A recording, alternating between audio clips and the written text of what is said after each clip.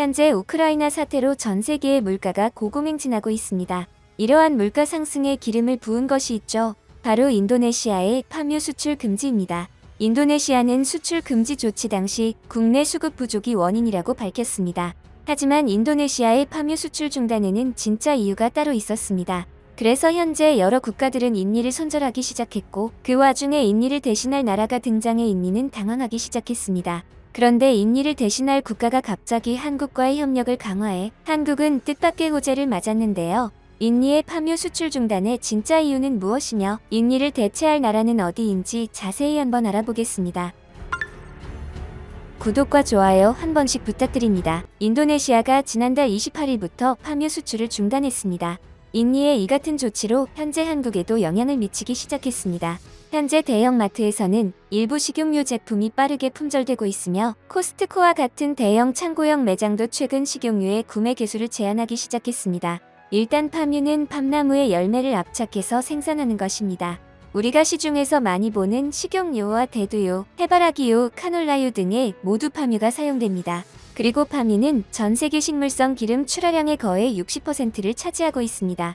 또한 파묘는 식용유와 화장품, 세제, 바이오 디젤 등의 원료로도 쓰입니다. 이처럼 파묘는 우리의 생필품 거의 대부분에 사용되고 있습니다. 이러한 파묘의 세계 최대 생산국이자 수출국이 바로 인도네시아이며 현재까지 전체 파묘 물량 중 약 60%를 공급해왔습니다. 이러한 상황에서 인도네시아가 하루아침에 파묘 수출 중단 조치를 한 것입니다. 그런데 애초 자국 내 수급 불안으로 수출을 중단한다고 하더니 알고 보니 인니 정부의 비리에 의한 문제 촉발로 수출이 중단됐다는 사실이 알려졌습니다. 앞서 인도네시아 정부는 선 내수 후 수출 정책을 펼치고 있는데 고위 공무원들이 수출업체들과 유착해 원칙을 무너뜨렸던 것이 불안 요소로 지목되고 있습니다. 인도네시아 정부는 지난 1월 전체 판매 물량의 20%를 내수용으로 공급한 업체에 한해 파묘 수출을 허가하기로 결정했는데 공무원이 개입하여 이를 무력화시킨 것입니다.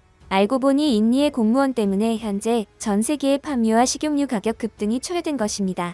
이러한 사실이 알려지자 각국들은 이제야 퍼즐이 맞춰진다며 인니와의 손절을 예고하고 있습니다. 그도 그럴 것이 인니의 파묘 생산량만 놓고 보자면 인도네시아가 자국 수요를 충족시키지 못한다는 것은 선뜻 이해가 가지 않았습니다. 미국 농무부에 따르면 인도네시아는 연간 4,500만 톤 이상의 파묘를 생산합니다. 이 중 인도네시아 국내 소비량은 약 1,650만 톤이며 식용유 소비량은 그 중에서도 500톤에 그칩니다.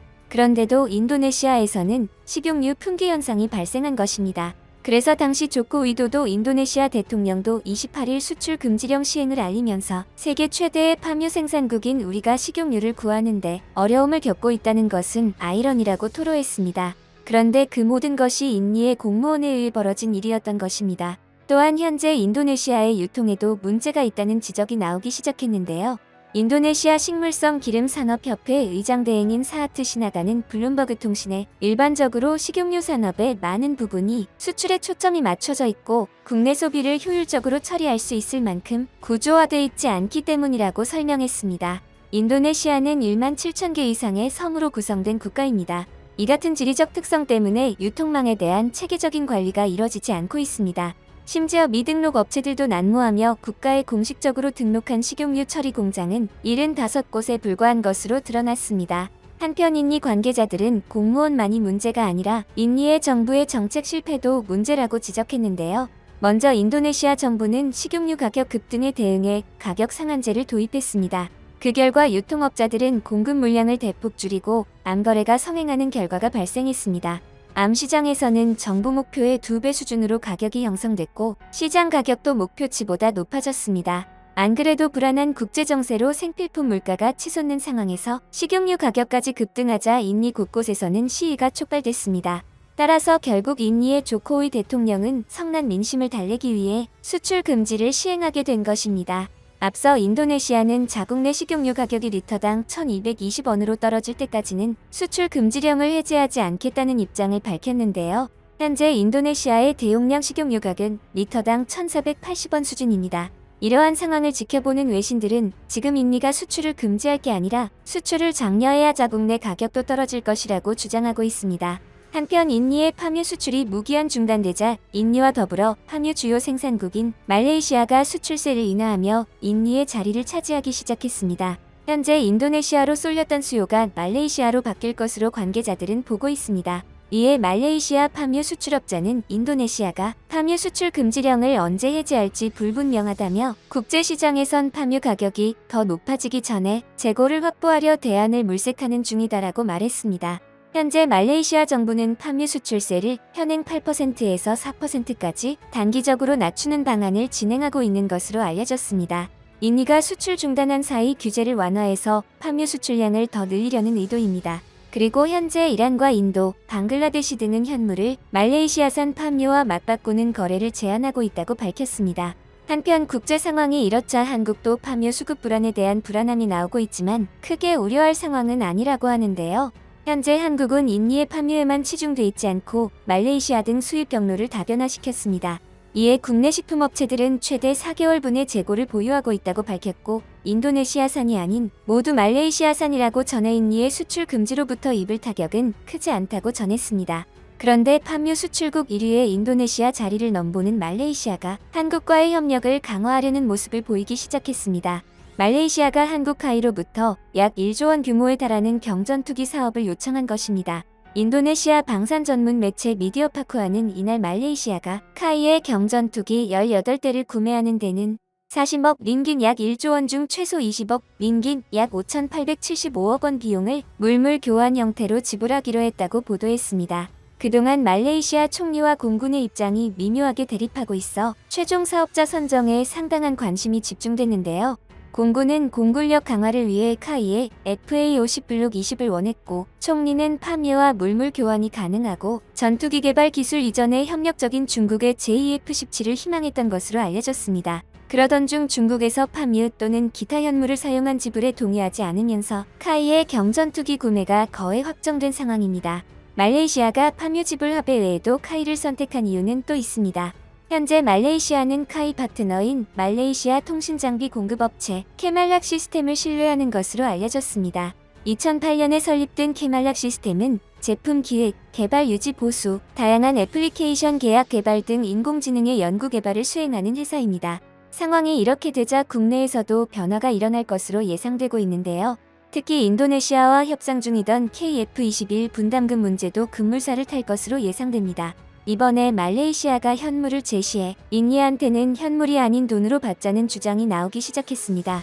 이번 인니와의 협상안은 올해 안으로 마무리될 예정으로 당초 인도네시아가 제시한 현물이 아닌 한국에 유리한 현금으로 받자는 것입니다.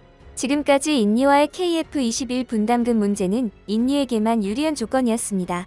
심지어 그마저도 깔끔하게 진행되지 않았죠.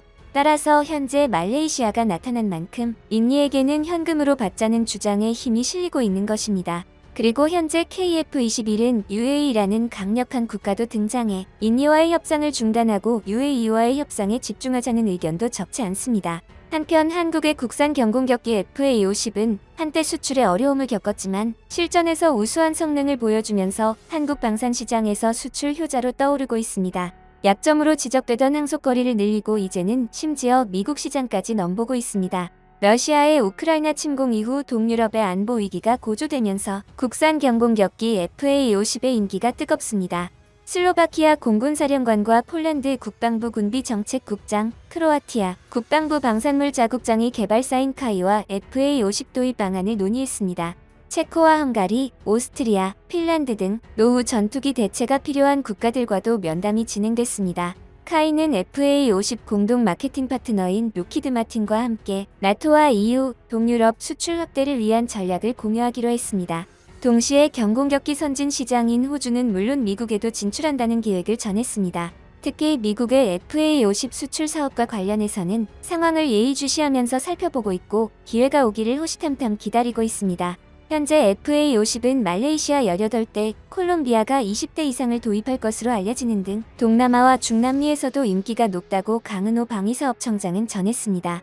한때 애매한 성능과 가격 때문에 수출에 어려움을 겪었지만 필리핀 공군이 반군을 격퇴하며 공이 인정돼 다재다능함과 뛰어난 가성비까지 증명시켰습니다.